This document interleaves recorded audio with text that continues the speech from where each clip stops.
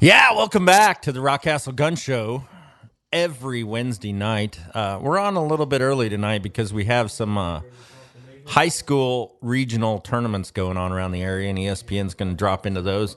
But hey, the only gun show on ESPN Radio, ESPN Radio 102.7, ESPN Radio 102.7.com. Check it out. You can go to iTunes or anywhere you get your podcasts, search up the Rockcastle Gun Show. We're, I don't know, 120 episodes deep, I think. We've been off the last couple of weeks. We had some important meetings to attend to, so we had some replays. We apologize for that, but we're back. At least I'm back. My brother, those high school regionals I was talking about, Brian Webb behind the boards, producer Brian. Nick's daughter won the regional doubles tennis championship for the fourth year in a row in high school. It's crazy, man. And South Warren, and it's probably a record that may stand forever. I don't know if that will ever be surpassed. 4-time regional champs. They're going to the state tournament. They start tomorrow. Yeah, it's going to be awesome. Good luck to Sydney Castile. Great seating. Natalie Noble. They're seated fifth in the state. Yeah, that's awesome. It's absolutely incredible. And if you go back to that freshman year, Nate, when her and Sydney won this, Natalie hadn't even played that much tennis. That just shows you what a natural talent she is. Totally natural talent. Got some other announcements for all of you that drew Kentucky elk tags. Many of you know that I guide elk in Kentucky with a bunch of great guys up in eastern Kentucky. And give us a look up on Facebook, Heart Shot Outdoors. It's HART, Heart Shot. And if you need an elk guide, we got trips. We can get out there. Just check it out. If you drew your Kentucky elk tag, we're more than willing happy to talk to you. We've got a big show tonight, Brian. We got David McCarr coming on here in a second. He is the editor for Range 365 Outdoor Life and Field and Stream. And we're going to learn a lot about what they got going on coming up here at Rockcastle Shooting Center, because it's pretty cool. Little article that we were featured in a few weeks ago. And then one of the best shooters of all time, Bruce Pyatt, is going to join us from his home in Pennsylvania. Wait till you hear this guy's stats. I mean, he's one of the most amazing shooters, 3-gun shooter, retired law enforcement officer. And he just won the Bianchi Cup. I think 6 times he's won the Bianchi Cup. And he's tied, has a world record tie there at Bianchi. And he won a couple other things back to back to back, and we're going to talk to him about all that. And he builds some of the most amazing pistol classes, and he'll teach you how to do it. And we're going to talk to him about that. And then we're going to swing over to our in-house resident, Graham Hill, on the NRA Board of Directors, and we're going to cover some of the NRA stuff going around the country, things to watch out for. But right now, we're going to bring on our good buddy, David McCarr. Are you with us on the phone, man? Yes, I am, sir. How are you? I'm doing good. So, what an honor for Rockcastle to be chosen one of the coolest places to shoot in the country. It's well deserved. Man, I know you've been there several times and got to experience a lot of different parts of Rockcastle. It's funny when I think about it. A lot of people come for 3-gun, or they come for sporting clays, or they come for 3D archery, and none of those people ever cross over. Most of them don't, and see the rest of the property. And you've got to experience quite a bit of it. You come to writers and editors events because you've got a lot of jobs. You're the editor at Range 365. What else is on the docket here? Oh, wow. I'm the content editor at range365.com, which is a digital-only sister publication to Field and Stream and Outdoor Life. And for those magazines, I work as the special projects editor, and I'm also senior editor at Shot Business magazine. So I wear a few different hats. Yeah, a few different hats. And you guys got something really cool going on with the article that you published on the range365.com, and you're coming to Rockcastle. Let's talk about it. Yeah, we are. Well, the project is called Range Reporters. It's actually a joint venture between the 3 brands, and with our sponsors, Savage Arms and Federal Ammunition. We're going around to some of the coolest and most unique shooting ranges in the United States. And we're going to be hanging out, checking out the facilities, and offering our readers some shooting tips with our pro shooters on camera, with the unique ranges as a backdrop. And one of our stops is definitely going to be Rockcastle. I believe in a couple weeks.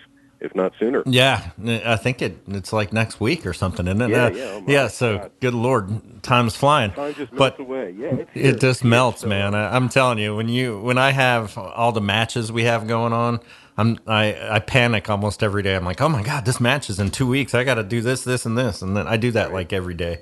But Thankfully, we have these phones to tell us what to do and when now. yeah, and so you're stopping at Rockcastle, and this is a continuation of the article, is it not? You're going to go check out those It was, coolest places you yeah, kind of named. it's sort of inspired by the article, I would say. I mean, we had the idea for the article and the video series kind of in tandem. And, it's a pretty big undertaking, moving guns all over the country and getting everything lined up with these, all these shooting ranges have pretty hectic schedules and everything. But it's all coming together. And, Rockcastle is so unique. With all the shooting experiences you offer from, long range opportunities. How many ranges have a 1,600-yard range?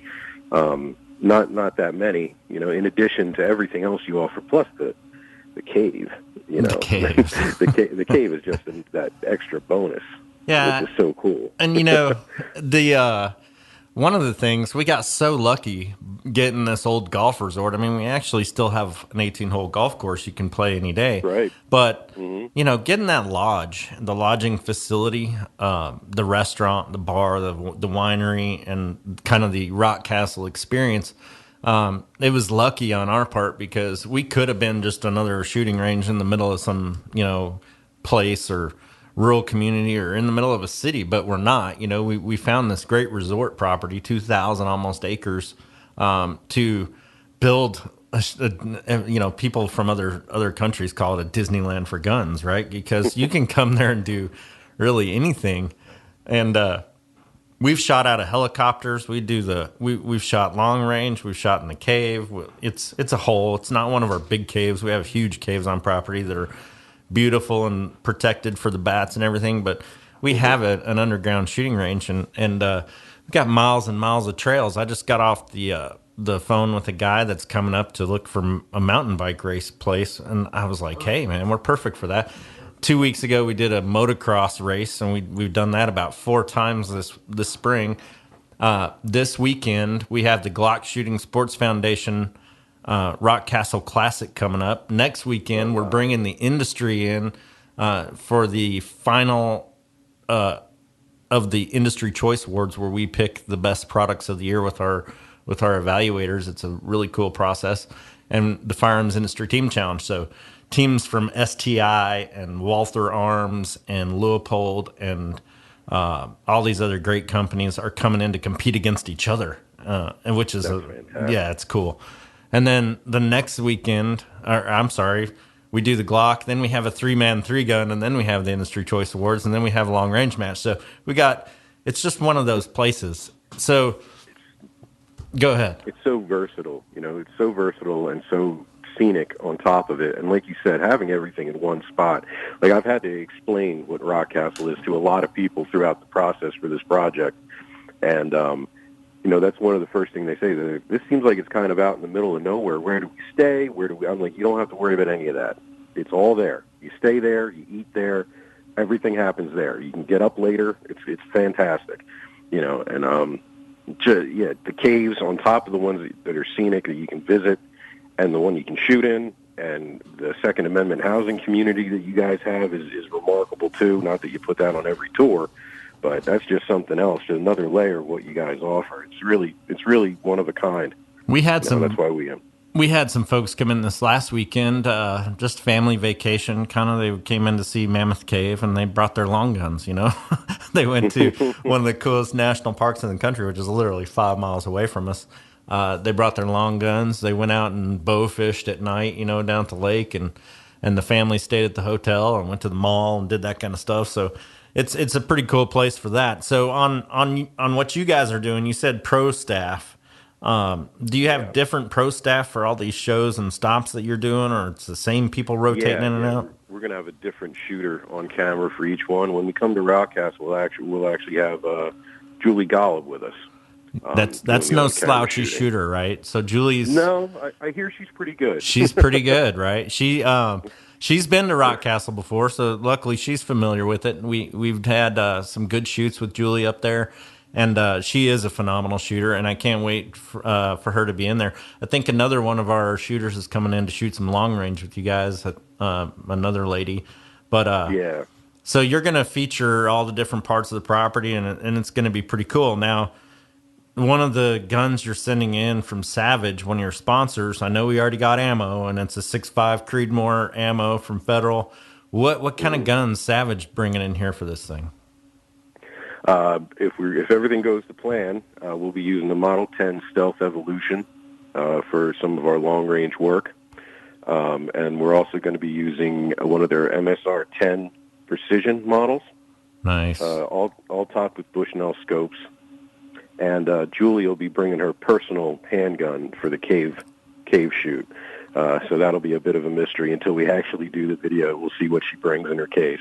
Yeah, but I trust her. and she's got sponsors and her team thing going on, so it'll be pretty cool. Oh, sure. Oh yeah, it'll be pretty cool with whatever she brings, because she's done some shooting at Rockcastle, but never been in that hole before. So See, I didn't know that. Yeah, I assumed she'd been there, that she'd been in the hole. Well, let's just hope fantastic. she's not claustrophobic, right? Because I told her it was part of it, and she didn't object. So, well, her I husband, take that as consent. her husband's a good dude and a federal law enforcement officer, and God bless him for what he does. And for her, she's very outspoken on the Second Amendment and protecting all of our rights and doing what's right and exercising those rights in her competition. And what a great addition she's going to be to what you guys film next week up at Rockcastle. I can't wait to have you guys on property and look forward to doing it. Oh, it's going to be fantastic. And not only does she bring that expertise, and not only is she a fantastic ambassador for Second Amendment rights and the shooting sports, she's also a great teacher, and she's really a wonderful communicator, and she offers advice that it's unparalleled, and she's going to be bringing that to the project as well, and hopefully we'll get her to do a really cool speed run in the hole. If she goes in anyway. She'll do it. You can't get in the hole and not do a speed run. I mean, everybody takes it easy the first time because they really don't know what to expect, and then they get back and they're like, "Oh yeah, I'm running this," because it's the second time you forget about tripping in the dark. Yeah, you just go. Yeah. But so I'm sure her run will put mine to shame 10 times over. and mine. Mm-hmm, It's just a fact of life that we have to accept. Okay. So after Rockcastle, where do you guys go next? Next, after that, we are going to be headed to Texas. We're going to a place called Heli Bacon. Bacon. Brian Webb, producer Brian's in here, and we were talking about Heli Bacon when we were talking about your article. That's a place you just got to go, right? It's just by name alone. You just got to. The opportunity to shoot from a moving real helicopter, it's just, you can't pass it up. And after that, we're going to be headed to Peacemaker National Shooting Center in West Virginia to do some serious long-range work. Yeah, and we actually wrapped filming last week. We were at the range at the Preserve in Rhode Island last week. And then after that, we're going to be doing a rolling schedule, it looks like, and the rest of the locations are still to be determined.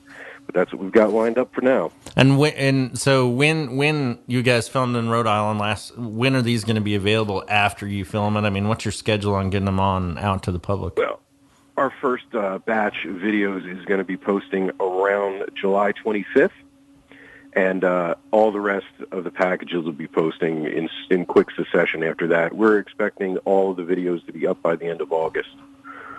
Cool. Where? Tell us where everybody can go find these things. Absolutely. You can. Everything will be posted on our homepage on range365.com, but you can also find us on Facebook and Instagram. And the individual videos will all be going up on Facebook and our YouTube channel, of course, too.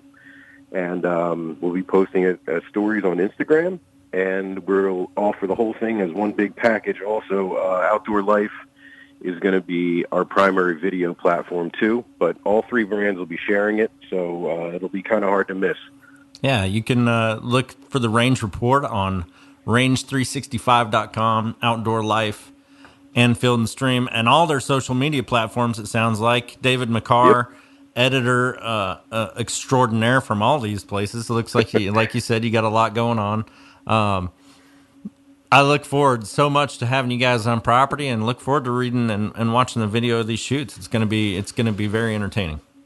Well, we look forward to coming down there again, Nate. Thank you so much for hosting us. Yeah, look forward to seeing you, man. We're going to take a break. We're going to hit some commercials, talk about some of our sponsors. We'll be right back on the Rockcastle Gun Show, ESPN Radio 1027.com. Hey, welcome back to the Rockcastle Gun Show, ESPN Radio 1027.com. Don't forget our iTunes podcast. Anywhere you go to get your, not just iTunes, man. I always say iTunes because that's what I use, but anywhere you go to get a podcast, you can go listen to 120 episodes of the Rockcastle Gun Show. Biggest names, best products, most interesting topics in the world of firearms. We've been doing it a while. Hope we continue to do it again. Only gun show on ESPN. I'm proud of it. And you can stream this live. You can go to the podcast. There are people listening to us right now in 28 countries. That's pretty cool. And I have one of the coolest guests on right now. I've been trying to get him on. We've been playing a little phone tag. Obviously, from the conversations going on, you're going to find out he's been busy. And one of my favorite competitors in the firearms industry, multidiscipline national world champion competitive shooter, Bruce Pyatt. You are on the phone now. What's going on, brother? Well, I'm just trying to relax a little bit after a whirlwind week.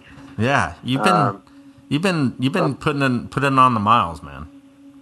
Yeah, I drove out from Pennsylvania or Jersey to Columbia, Missouri last Thursday. Stopped there for a couple days, and then I was off to Kansas City for the Flagler Cup, which is a Bianchi Cup match. Shot that, drove back to Columbia, Missouri for a few days of practice. Had the Bianchi Cup on Thursday, Friday. Stayed there for another day, shot another match, and then stayed there a day, and then relaxed a little bit, and then drove home. So, yeah, a few thousand miles. That's all. A few thousand miles, man. And in that process, I can tell people you can go to Ammo Land and several other places we'll talk about, but you can go read the story. You going back to Bianchi, we'll start with that because it's a big deal. This is your 6th Bianchi Cup National Championship. Congratulations on that. Thanks, sir. 19, 20, and 179 X's. Brian, you know what an X is? That means you hit the little center hard dot right in the middle of the Bianchi Cup target. On different ranges, which is amazing. You got the barricades, you got the mover, you got the plates.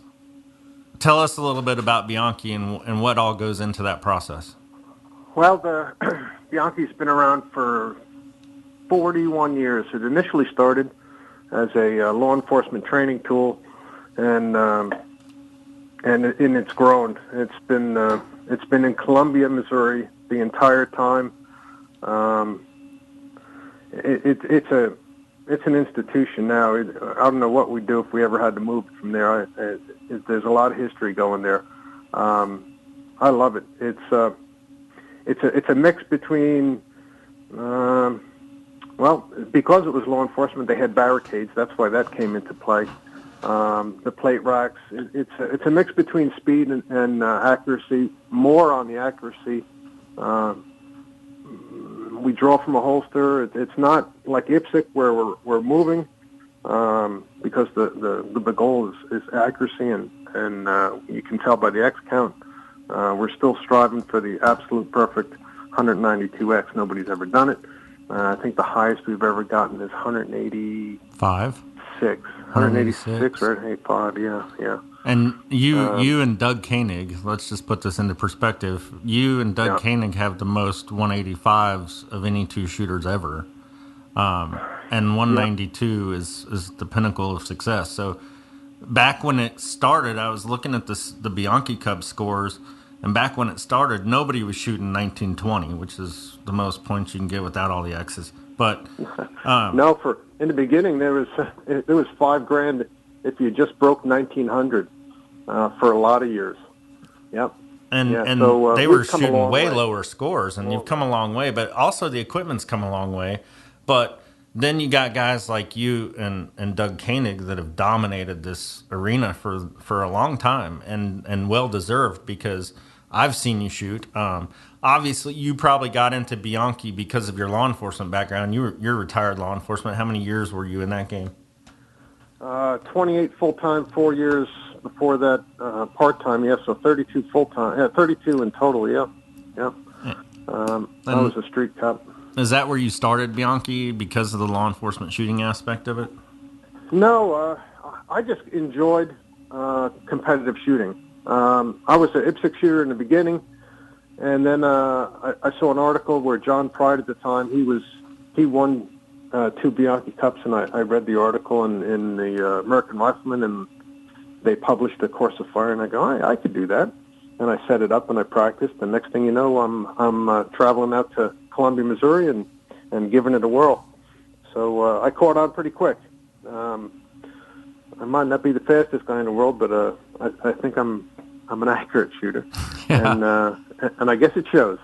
6 Bianchi Cups and a World Bianchi Cup champion, down in Australia in '06. So, yeah, I found my little niche here. Yeah, and it's a niche, but you're really, really good at the other stuff. I mean, when Rockcastle got into the shooting sports game, we had our first 3-gun match. Man, it's been a long time ago now. I think in 2008, we hosted the Blue Ridge Mountain 3-gun championship, and at that time, you were one of the dominating forces in the world of 3-gun as well. Yeah, well, I've been shooting 3-gun my whole shooting career. I mean, I've been shooting full-time I'm shooting professionally, I guess, or sponsored shooter since early 80s, 86, 80, 85 or 86. So I shot 3-gun even when it wasn't popular. Most guys were shooting IPSC, and I was running off to Las Vegas to shoot the Soldier of Fortune match, Soldier of Fortune World Tactical match, which is basically 3-gun, but used full power guns, buckshot only, total surprise match, and I won that 5 times. In fact, I'm the only person to ever win it 5 times, and I loved it. So once 3-gun, like we know it today, came into play, well, that was a natural for me. I jumped right on it. Early 80s, there was the Miller Invitational up in upstate New York, and they had it was a big pistol IPSC match, and they had a 3-gun side event, and I had more fun shooting the side event than I did in the entire pistol match. Yeah, so yeah, I've had an aversion for 3-gun my whole career. You just like to pull the trigger on stuff, and you're good at it. Let's go back to the Bianchi stuff, the Bianchi style of shooting. So the Bianchi Cup was the pinnacle. Or you went somewhere after that. The Flogger Cup, or was that what it was? Yep. Well, but right before what they did this year to promote Bianchi shooting, they started what they called the Triple Cup Challenge. They took 3 of the regional matches in the country. In April, there was the Crawfish Cup in Lake Charles, Louisiana. Then the Flagler Cup, Kansas City. That was the week before Bianchi Cup. And then the Cameron Cup, which is just 2 days after the Bianchi Cup. And they added up those scores and made it like an aggregate score. This is the first time they did it. And I posted some really good scores there, and I ended up winning that also. So you won. You won all 3 of them, didn't you? No, I won 2 of them. I was second in the one that I didn't win. Okay. And by 1 shot. Ooh, 1 shot. 1 bullet, Brian. Yeah. It comes down to that in shooting, doesn't it? Yeah. And I guess the Crawfish Cup was kind of wet down there, wasn't it? Actually, we made it out of the range without any rain. We were supposed to be wet, but no, we made it out okay. Well, good deal, man. So tell us, all right, the events in Bianchi. I know, you shoot for Caspian, so you were shooting your Caspian gun. Tell us a little bit about that. It's a Caspian 1911 single stack in 38 Super. Okay. I'm sorry. In 38 Super, I have a shroud that I developed. Caspian sells it. That enables you to hold on to the barricade. I'm shooting the open division, so you can actually touch and hold on to the barricade. I use a Burris XTS 135 red dot scope on it. So we actually have protocol design makes what they call a mover base. So we have to shoot a moving target. It's going across the range 60 feet at 10 feet a second. So just like shooting a shotgun, you have to lead it as much as 8.5 inches at 25 yards. So protocol design built what he calls a stick shift. So instead of leading the target like you would a shotgun, he has a little lever that we flip it each time the target moves, and we can aim center. Most Bianchi open division Bianchi Cup shooters use this, and that's how we're getting the really high X counts on the mover. That's amazing. And you start each one of these events, you start close and then move back, and some of them. Yeah. What's the furthest you shoot from is on the barricades, correct? No, on the practical. On the practical. 50 yards. Yep. 50 yards with a pistol on the practical. Yep. Still nailing X's. It's incredible. Nailing X's. Yep. And the mover, when you see the mover going, like you said, it's covering 6 feet a second, and it's moving pretty good. I mean, it would be hard for me to shoot. And you also do that from different distances and still cranking the X's out like you guys do. It's amazing to me. And it's not, there's a lot of shooting to me that is like Steel Challenge and stuff that's a lot more muscle memory. Do you feel like these different events in Bianchi are similar or a lot less than that? I don't call it muscle memory. I think shooting Bianchi is it's just basic marksmanship. When you get to the high level, it's more trigger control than anything else to get really high scores. But you have to remember that anybody can come shoot this. Right. I'm shooting in the open division, but there's metallic division and there's a production division. So you can show up with your Glock and shoot these events.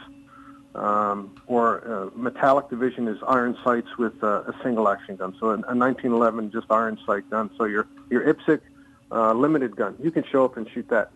And I tell other competitors that don't shoot NRA action or Bianchi that this is the best training tool you can do for whatever pistol sport you do, because it's pure basics of shooting, pure marksmanship.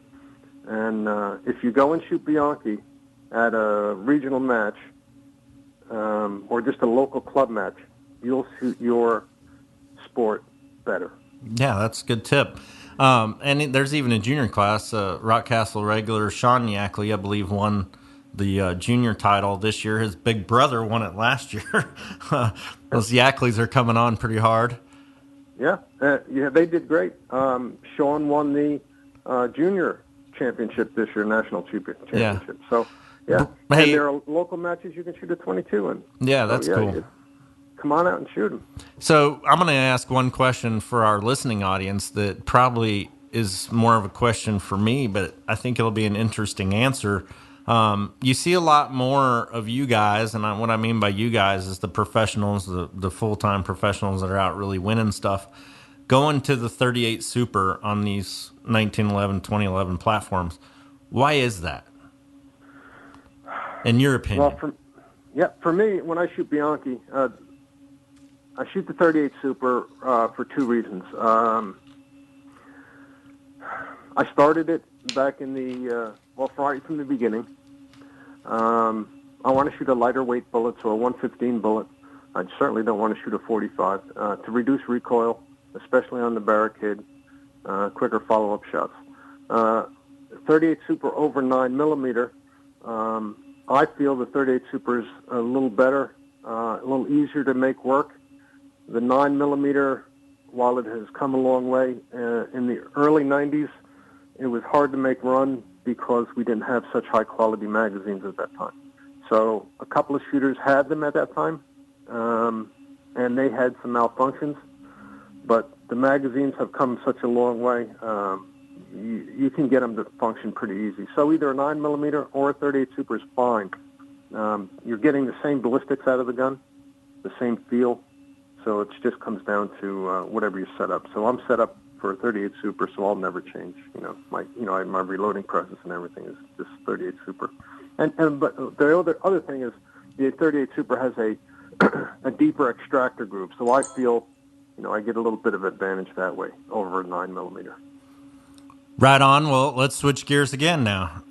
You are the founder of Bruce Pyatt Training Concepts, LLC, but you have a custom 1911 build class.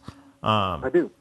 Let's talk about that, because I have watched your social media and everybody else that's in the class doing the social media. Tell us what that's like from start to finish. And excuse me. Well, about 5 years ago, I've been shooting for 30 years, and I used to have gunsmith sponsors, and I'd have to, when my gun broke, I had to ship it off to my sponsor and have him fix it and have it wait for it to come back.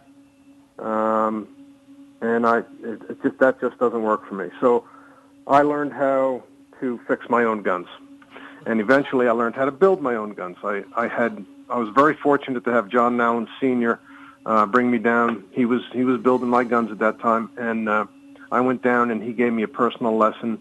And if a gunsmith was talking, I picked their brain. I would listen, and so I learned how to do this.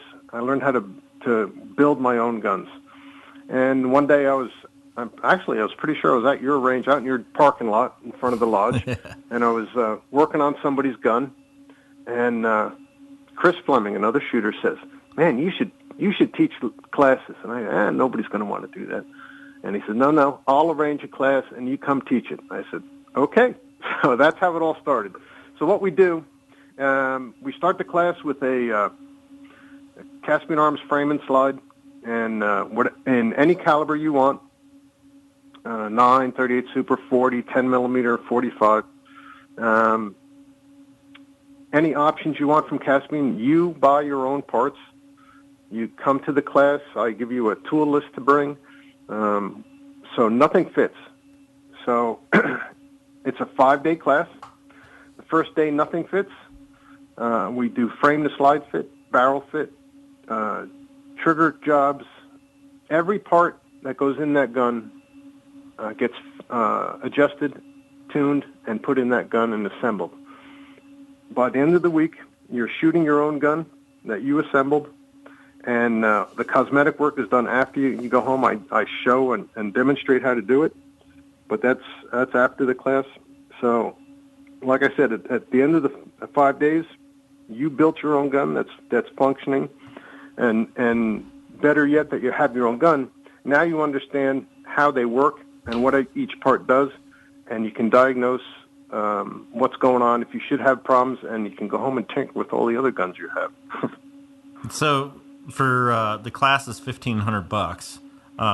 Tuition, yes. Yes, tuition. Yep. Which is to hang out with a guy like you for 8 hours a day learning how to build a gun is a bargain. It's a steal.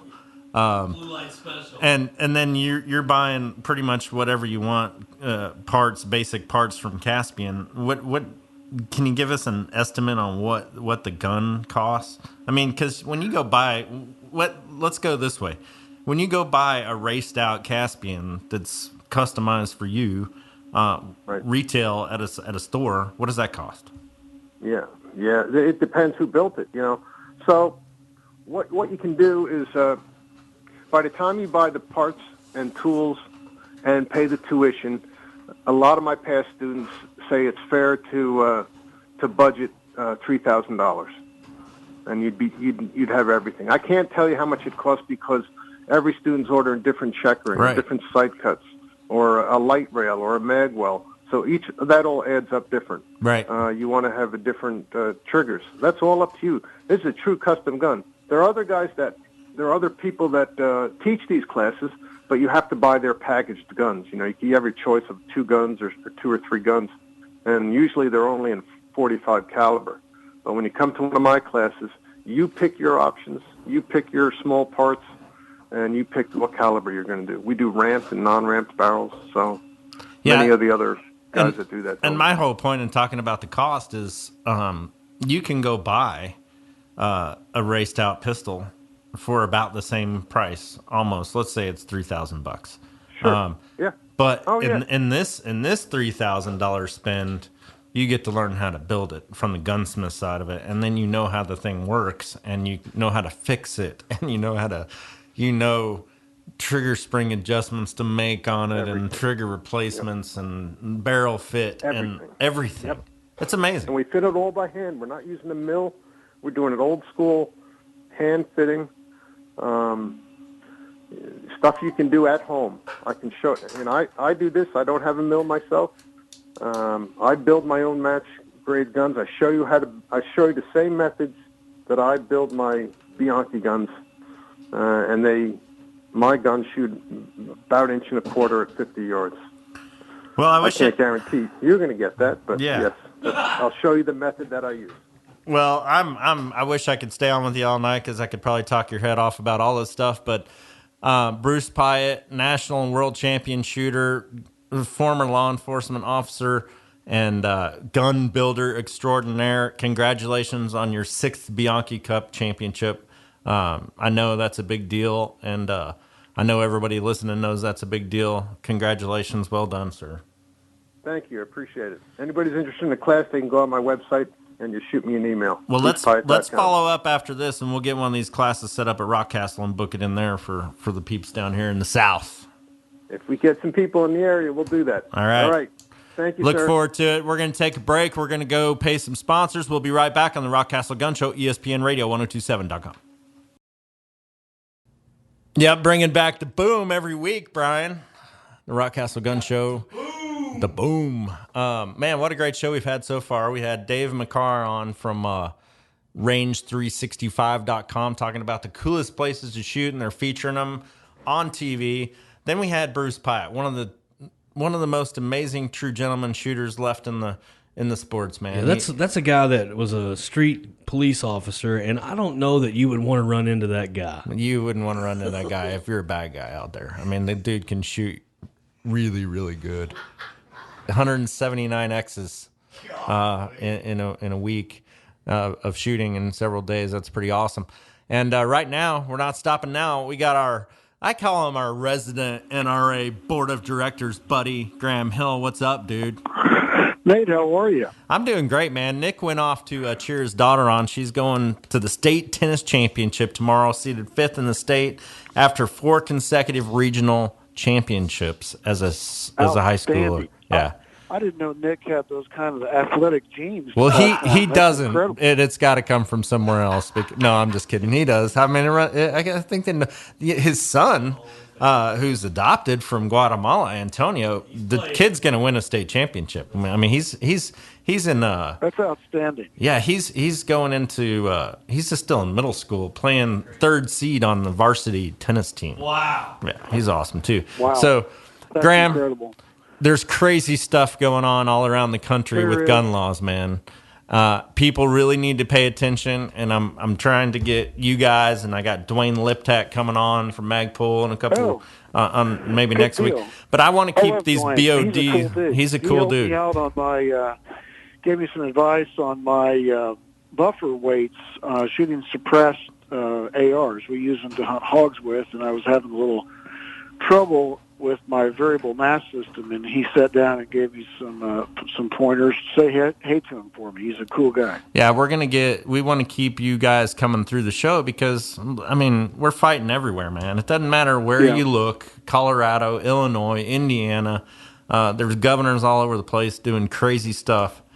There is. We just got to keep fighting, man. Most of the state legislatures are the ones at least that are in for a limited amount of time are either adjourned or about to adjourn at the moment, or in the case of California, for example, the deadline there for bills to pass from one chamber to the other is Friday, and if they don't make that jump across, then they die. But big surprise, we got a couple of real winners out there that are they'll be on the floor, I guess, tomorrow or Friday. The one you'll love the most is what they call a precursor bill. So any precursor device, precursor to a firearm, meaning a unfinished frame or a receiver or parts, would now have to go through and be registered and go through a separate licensed precursor parts dealer before you could buy them. Lord. I mean, it's like, how do you think this kind of stuff up? It's like putting serial numbers on bullets. I mean, come on, man.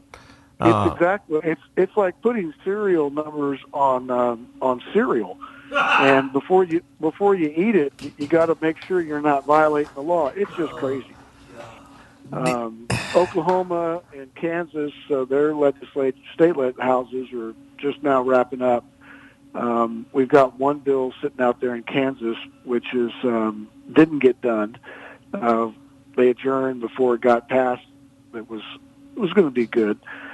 Texas, by the way, just passed a bill. The legislature did, and the governor's about to sign it, I believe. They would authorize anyone who is in lawful possession of a firearm to carry a concealed handgun, open or concealed, for a full week after there's a state or natural disaster. That's cool. Which, to me, if you've been through a hurricane and seen the chaos that happens after a hurricane, it makes a lot of sense.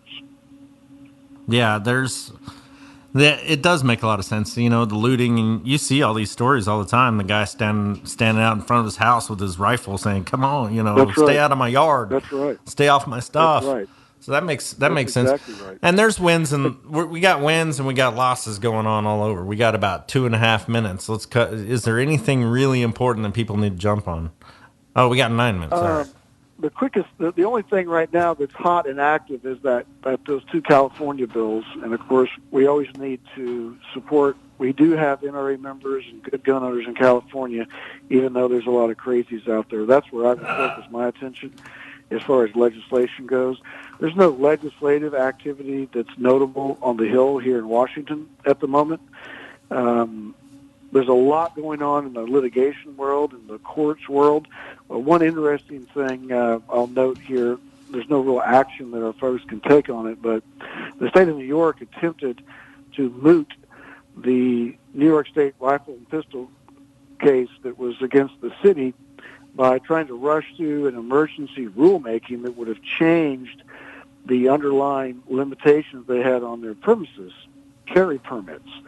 And the NRA team and the New York State team that was leading that filed a petition in opposition, and the court ruled in our favor. We dodged a really big bullet there. There wasn't much attention to it around, but they came very close to successfully mooting that case, which I think all of us are hoping will provide some doctrinal build-out of the Second Amendment at the Supreme Court level, which we're in desperate need of across the country. Yeah, and do you think, I had a question, that I thought of before. You got states like Missouri, which are passing, Kentucky constitutional carry stuff, and Missouri passing that, the laws they've been passing lately. You got states trying to protect, hunting, that it's a right, and all these things. Do you think the state legislatures passing laws like that helps? Or do we get into broader things like the state of California making sanctuary? Is that really the same thing? Well, really what that kind of a state constitutional amendment is an admonition to the state itself. It's kind of directed back at the state and state agencies to they can't do things through a rulemaking, or the legislature can't pass a law that would otherwise infringe on it. So from that point of view, I think it provides protections that are beneficial. I know in North Carolina we're about to potentially see a test there where the state wildlife commission, if you can believe this, is about to do something to turn over some land, some hunting preserve land, And there may very well be some litigation there about whether or not that violates the state constitution for the protection of hunting or not. Huh. Since you mentioned hunting, let me point out one piece of good news. Next Wednesday in Oak Harbor, Ohio, the Secretary of Interior is going to be there to announce an expansion of hunting and fishing rights on national refuge land across the country. So this is fish and wildlife refuges all across the country. This is a project I've been working on through the Hunting and Shooting Sports Conservation Council, which is a Department of Interior, Department of Ag, National Council, giving advice and trying to push these agencies, BLM and others, to expand hunting in a way that's as irreversible as possible. And next week on that, this is advance notice of this. I don't think anybody's aware of this yet unless you are kind of on the inside. But 11:45 Eastern next Wednesday, we're going to have an announcement there that's going to make me happy, I think, and a lot of folks, to open up more land. We own it. It belongs to the citizens, and we ought not to have individuals that are supposed to be administering it for our benefit, setting up obstacles for folks like you and me and others to go and use it. And they do that in a lot more states and places than people think. So that is an awesome. Oh, yeah. That's an awesome deal right know, there, because they close entire wilderness areas for whatever the reason. I mean, it could be because of a gecko or because they post a sign that we're doing construction here or whatever, and they close it off to use. Well, we're in a big fight right now. The council is with BLM, who is restricting shooting on BLM land, in part because they believe that they have some kind of liability to the EPA for lead that might be left from shooting. And the law, of course, is very, very clear that that's not the case, and yet we still have bureaucrats there that hold that kind of stuff up as an obstacle. So it's always a fight. It's always a fight. There's probably not a piece of BLM land. I mean, in order to put an environmental impact with lead in the ground, you have to do some serious trigger pulling in one spot. I agree. And that's not happened anywhere on BLM land. I guarantee it. Well, I mean, no, it's that they don't like shooting. It ain't about the lead. Right. The lead's just a pretense. That's just what they're using as an excuse. You've got some forest right there next to Rockcastle. Right. And I remember I was talking to Nick about this not so long ago, that we can't go up in there and do any shooting. Right. It's ridiculous. And the crazy thing about places like Mammoth Cave National Park is, if you really dig deep into it, it's actually a United Nations Biosphere Preserve site. And it's probably even worse than what they're trying to do with public lands like BLM. I mean, we've actually kind of given over sovereignty to some of these tracts to the United Nations to protect as national, World Historic Sites, which is a whole topic we probably don't want to get into on this show. I don't remember getting a vote on that. No, I don't remember getting a vote on that either. And for me at Rockcastle, I mean, I'm kind of selfish, but it's a 60,000 acre nature preserve on my back step. So my hunting and stuff is really good. Yeah. It's like yeah. So no, I remember that big buck that y'all had there, that what's his name, son shot a couple 3 years ago there in the winery or near the winery. Yeah, I mean, y'all had some great deer there. Oh, some great deer. Nick killed a giant this year, and we actually booked hunts this year for the first time ever, commercial hunting at Rockcastle. We got four hunters coming in for rifle season. It's going to be exciting. And our good sponsor, Big and J's and Swagger, they're coming to film some hunts at Rockcastle this fall. They've sent us in a whole bunch of mineral and stuff we got to put out. And, man, you need to get back up here and do some hunting and shooting. Well, I'll tell you what I'll do is I'll come up there and do a hunt, and you and Nick need to come to our place in Texas, and we're going to do a thermal hog hunt at night. Deal. You had me at thermal. I twist your arm. Twist my arm. Don't threaten me with a good time. Yeah. So, that's right. Man, I love having you on the show, as always. I appreciate you, Graham Hill, NRA Board of Directors. I don't think there's anybody else I know that knows so many things that are going on around the country, and that's why I like having you on the show, because you can literally, you were talking about Ohio and California and Oklahoma and Kansas, and your average 2A supporter is not into this. But the big picture is we got to fight. We got to stand and fight, man. That's right. Well, I love being on the show. Love you and your brother and your dad. Say hey to your dad for me. And He'll be here this weekend. This summer doing some shooting. Yep. Look forward to having you up here. We're going to have you on again soon, buddy. Good luck. Good God luck. Bless. Take care. You too. So, Ryan, to wrap up the show, I mean, we got a couple minutes here. Big things coming up this weekend. Glock Shooting Sports Foundation at Rockcastle, the Rockcastle Classic. If you have a Glock, bring it up and compete. You're competing against yourself. You're not competing against everybody else. Come up, learn. It's one of the most family-friendly environments. True professionals at every stage to help walk you through the process. It's easy. And if you have a Glock, it's the place to be.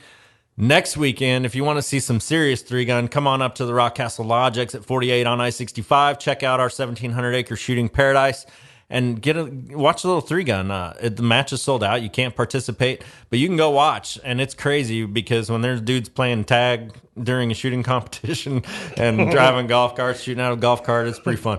That's the best. You know, that Glock shoot, you might have a lot of rappers. A lot of rappers carry Glocks, obviously. So maybe you can get some of them up there. You know, there is a rapper, Maj Trey. We've had him on the show. Oh, that's right. You have. He's awesome. He's I love one of those that guy. guys that would show up for a Glock Shooting Sports Foundation match. But, and we'd love to have him if he's listening, which he could be listening to the Rockcastle Gun Show. It's listened to all around the world. Tune in every Wednesday night. Every Wednesday night. Times vary, but mostly 6, 7 p.m. Central Standard Time. You can go listen live every Wednesday, ESPN Radio 1027.com. After the show, check us out. We'll be on iTunes. We'll be on a podcast. You can listen to 120 of them while you're mowing or driving or doing whatever you're doing. Good luck to the Noble girl up and her partner for some tennis this weekend, man. State champs. Let's go. Go get state. Go Nobles. We'll see you next week on the Rockcastle Gun Show.